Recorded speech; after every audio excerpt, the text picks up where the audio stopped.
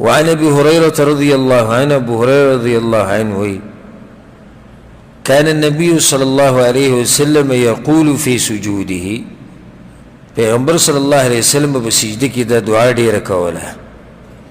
دا دومره قیمتي دعاګانې که یو دعا دې پکې یاد کړه او الله دې قبول کړه نو دنیا دې مو ګټله او آخرت دې مو ګټو. اوس دې دعا ته ګورئ څومره ښایسته دعا ده، او بیا د افسوس دې مقام ته ګورئ. دا زه شرطیه ویم چې دا په دې جومات کې ناستو ډېرو ته نه ده یاده، او یا زما دا بیان چې څوک ګوري او څوک یې اوري دوی ته هم نه ده یاده.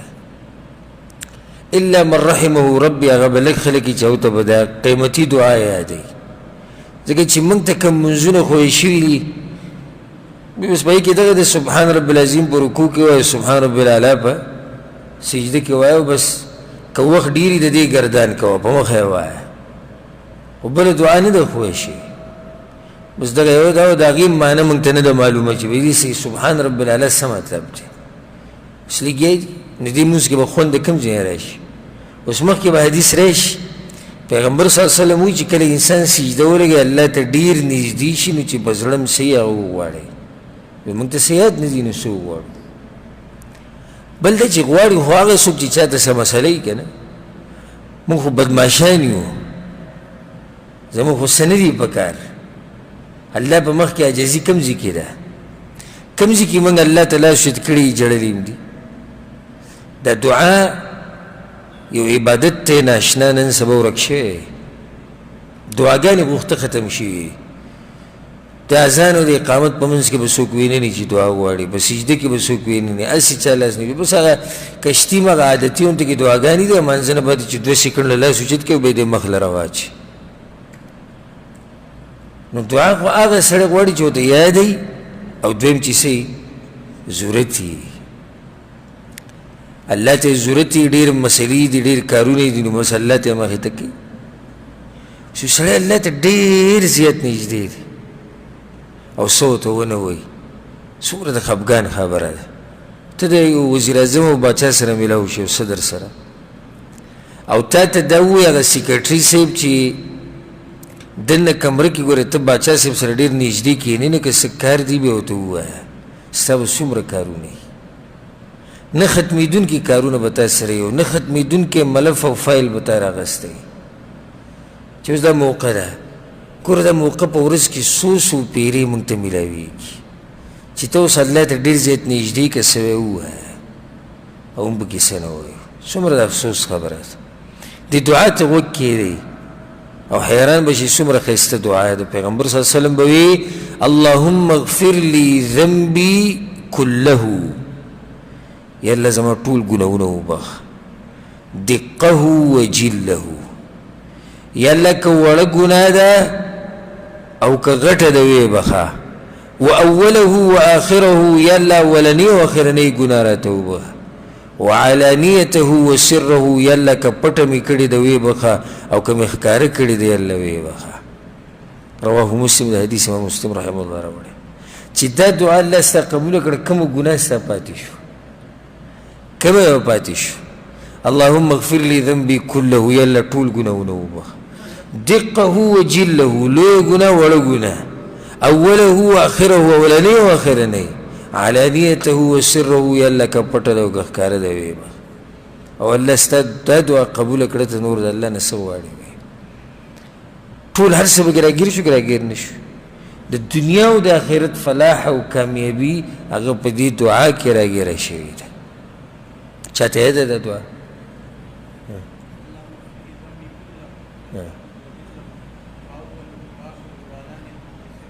بارک الله فیک.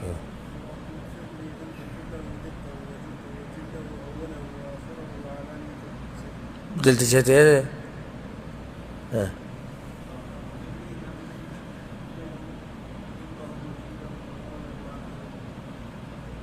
علانیته و سره. ښایسته دعا ده، یادوي به که نه؟ یاد یې کړئ. دا بیان بیا به واورئ، بیا به یې راواړوئ. په هر ځای کې دا بیانونه بیا الحمدلله میلاویږي. دا دعاګانې ته ولیکئ نوټ کړئ. نن سبا ما تېر شوي درس کې دې ملګرو ته ویلو چې نن سبا خو اسانه مسله ده په دې نیټ کې چې کومه دعا وراچې ټوله دې راوباسي سره د زیر زبر د زیر زبر به یې راوباسي ځان سره نوټ کړه په کاغذ ولیکه په مخه یې وایه وایه چې تا ته یاده شي. وعن عائشة رضي الله عنها وعائشة رضي الله عنها وي فقدت رسول الله صلى الله عليه وسلم ليلة من الفراش وی پیغمبر صلی الله علیه وسلم یو پیر وی د شپې را پاسېدم نو هغه راسره په طلایي کېنه فالتمسته نو بیا مې پسې ګرځېدم نو زنانه چې خاوند ونه مومي په طلایي کې بیا د هغې زړه ته قسمه قسم خبرې هم راځي هغه خاوند زه هغه یادوم چې د کومو ښځې ډېري نو یو پیر پیغمبر صلی الله علیه وسلم د ژوند په دې اخرنۍ حصه کې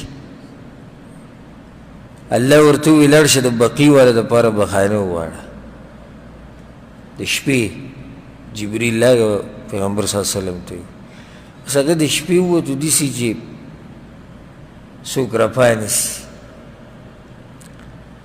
نو بس د عایشه رضی الله عنها پسې چې دا راپاسېده ویې کتو کټ کې نه وي پسې لاړه چې ویې کتو پیغمبر صلی الله علیه وسلم د بقي نه روان دی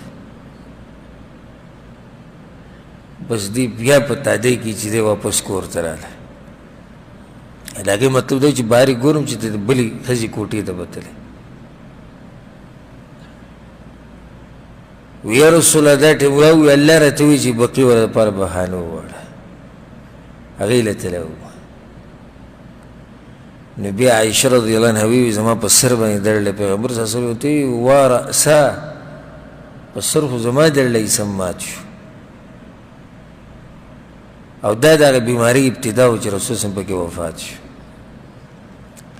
او بیا ورته رسول صلی وایي ستاسې که ته مړه شوې نو زه به دله کفن درکړم زه به دې ولمبم زه به دې ښخه کړم زه به د باندې جنازه وکړم نور ته څه غواړې پیغمبر به دله هر څه وکړي هغه ورته بیا ووایي اوه ته خو بلې ښځې خواله ځې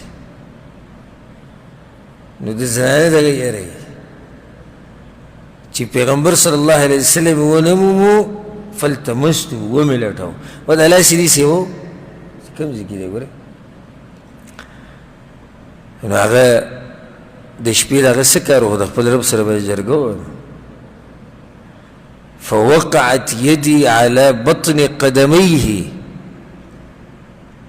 وهو في المسجد وهما منصوبتان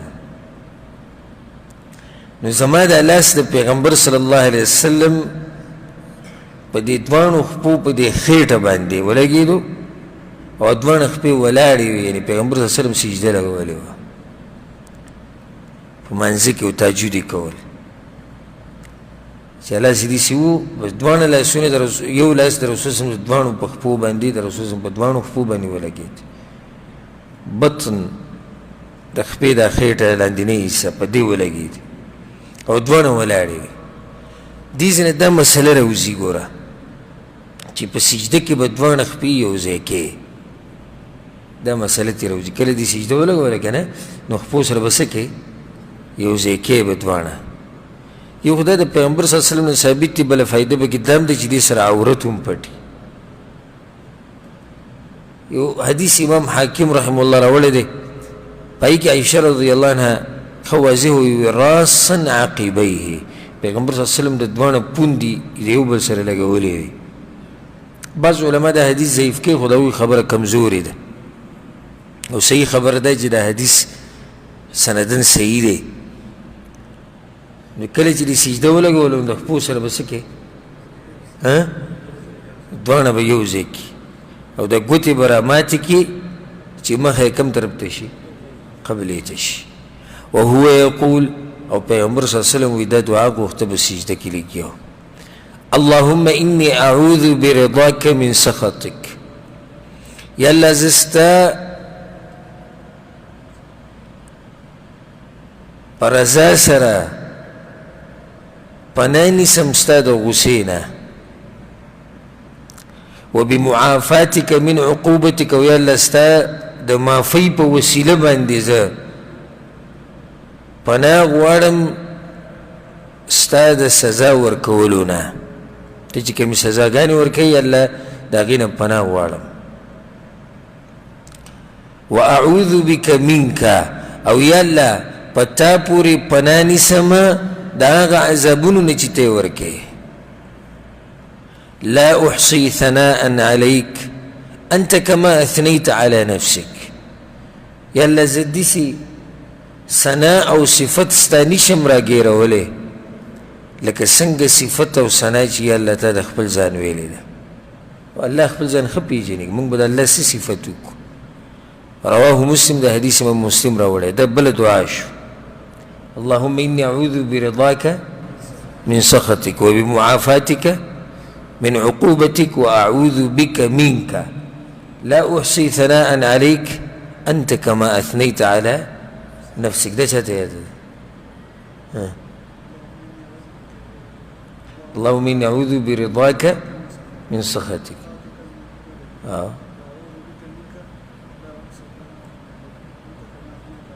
بارك الله فيك. بل چاته یاد ده کنه دا؟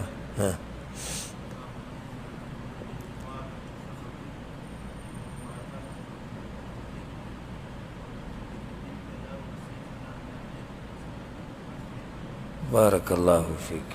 یو دا دعا وسره شو.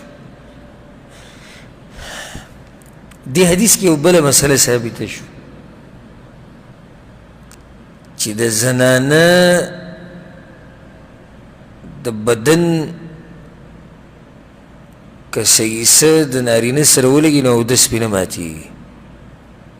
په دې کې رد شو امام شافعي په مذهب والا باندې.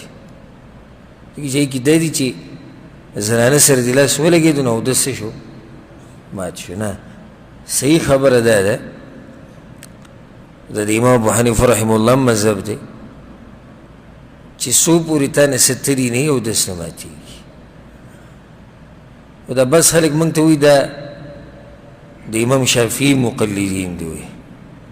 که موږ د امام شافعي مقلدین وایو موږ هم دا مسله داسې بیانولی، او دا خبره کمزوري ده.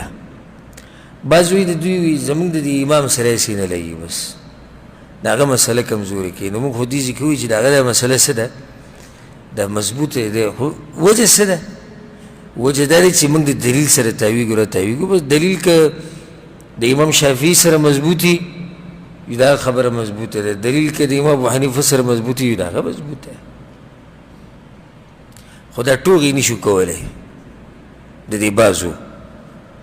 لکه یو کتاب ما تاسو ته ویلي حج کې یو کیرلا والا سره ملاو شوم انډیانو، نو په انډیا کې دا کیرلا علاقه چې ده دا د امام شافعي په مذهب دي.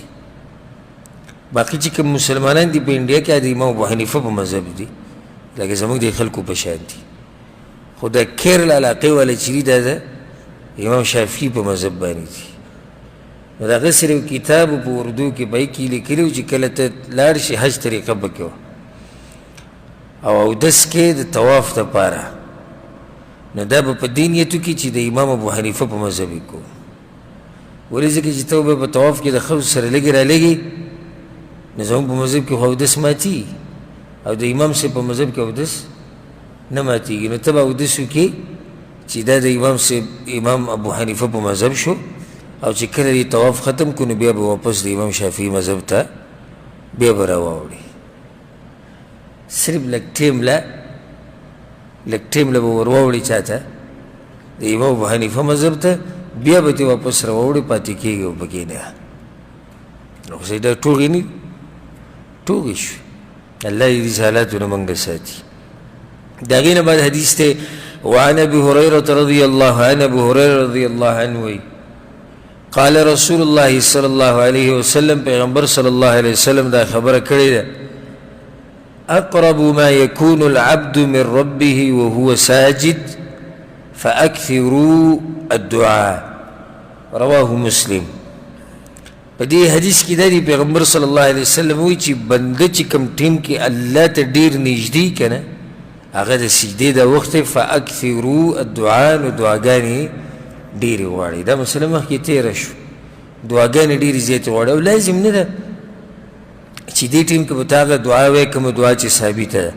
ثابت دعاګانې ویلی شي او غیر ثابت دعاګانې هم ویلی شي. دلیل په سره چې غیر ثابت دعاګانې ویلی شي دا په دلیل دی چې پیغمبر صلی الله علیه وسلم عام امر وکړو وی فاکثروا الدعاء، نو دعا ډېره زیاته غواړئ، عام اجازت یې ورکړو. دا نه دي ویلي چې صرف هغه دعاګانې غواړي کومې چې زما نه ثابتې دي، کومې چې د پیغمبر صلی الله علیه وسلم نه ثابتې دي او ته یې غواړې خو ډېرې زبردستې دعاګانې، ځکه چې د پیغمبر صلی الله علیه وسلم دعاګانې جامع دعاګانې دي، یعنې هره مسله پکې راګیره.